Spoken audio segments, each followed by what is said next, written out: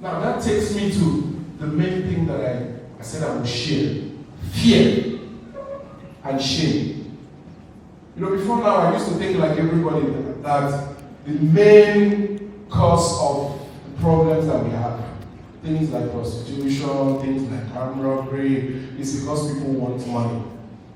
None of us feel that he has sleeps around, it's because of money. But in my own small moment, God was telling me a different message. And he said to me, it's not about money. People are not sleeping around because of money.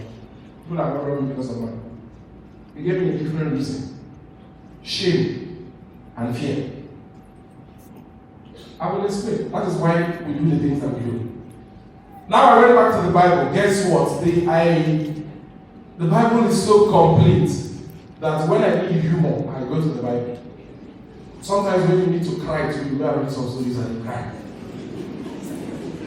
So I went to Genesis. For your information, Genesis is an Igbo word. Genesis. Genesis, that is go to the beginning.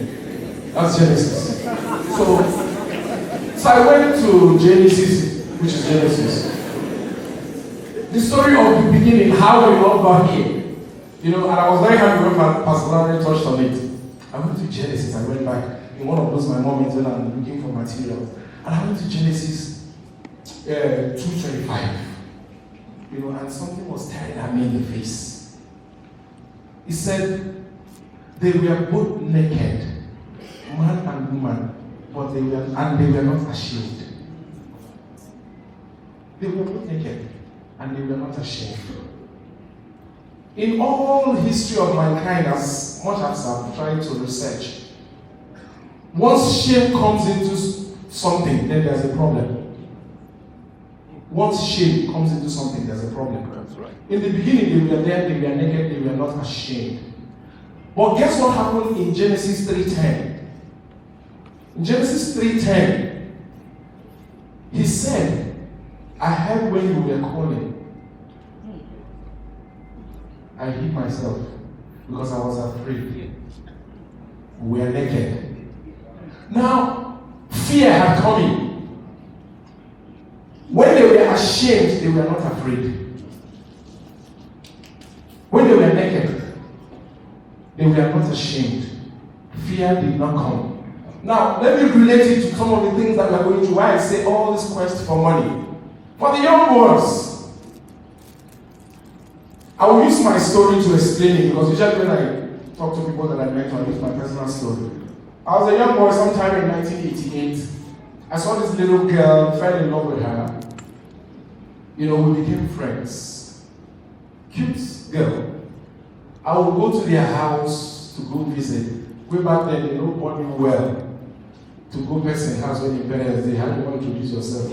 So you hang around the area. When you're sure they don't drive out, then you now approach the building. You tell them who you're looking for, or you go far until the building come out. Then you're gonna see. So we were friends. They were living in GRA in Port Harcourt, and I was living in a place called Rainbow Town. If you know the whole Port Harcourt. Rainbow at the time was Army Barracks. It was like a slum. GRA in Port Harcourt was, where. So my friend was living in GRA and we were in Rainbow. I was so ashamed to bring her home. Because when I see how their house be, can't see how our house be. The friendship no match. So I don't want to pour my hand. Oh, I knew that my 10 minutes would be up soon. Okay, let me now know.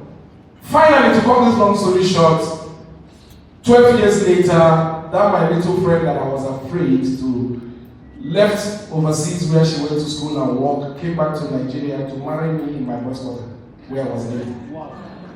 She's my wife today. I'm happy to Now, the difference, the only thing that changed between that time that I was ashamed to bring her to my house was that I was able to overcome shame. Okay? And I was able to do the right thing. Because if I was still living in shame, I wouldn't have brought somebody who was living in Canada, had a job, had a car, back to Nigeria to live in a boys' quarter. And today we are happily married, we have a home in Canada.